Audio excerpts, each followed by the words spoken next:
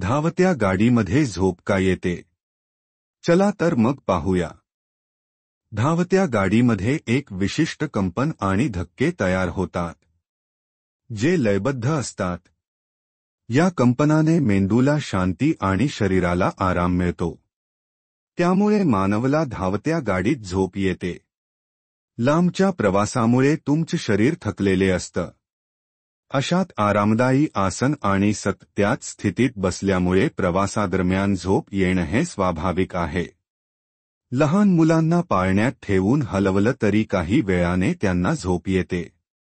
विज्ञानाच्या भाषेत या संपूर्ण प्रक्रियेला रॉकिंग सेन्सेशन म्हणतात. रॉकिंग सेन्सेशनचा अर्थ असा आहे की जेव्हा तुम्ही प्रवाहात फिरत राहता तेव्हा तुम्हाला झोप येते. आपले डोळे आणि कानाला कारमध्ये फारसे अनुभवायला काही नसतं.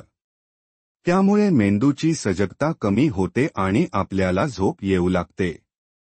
विशेष आकर्षण मिळाल्याने मन निस्तेज होऊन आपल्याला झोप लागते.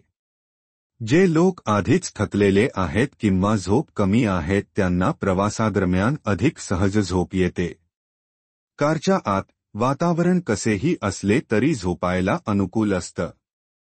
त्यामुळे शरीर विश्रांती घेण्याच्या कोणत्याही संधीचा फायदा घेतो. कार, बस किंवा ट्रेनच्या बंद वातावरणात नैसर्गिक प्रकाश फारच कमी असतो आणि फक्त वाहनाच्या आत असलेला प्रकाश पुरेसा असतो.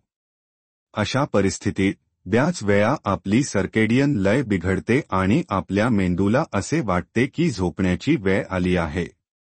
त्यामुळे आपल्याला झोप लागते. प्रवासादरम्यान शरीरात होणारे काही शारीरिक बदल जसे की कमी रक्तदाब, कमी शरीराचे तापमान इत्यादींमुळेही झोपेची भावना निर्माण होते.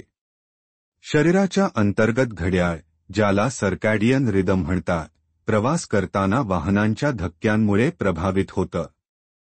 हे शरीराला सिग्नल देते की विश्रांती घेण्याची वेळ आली आहे.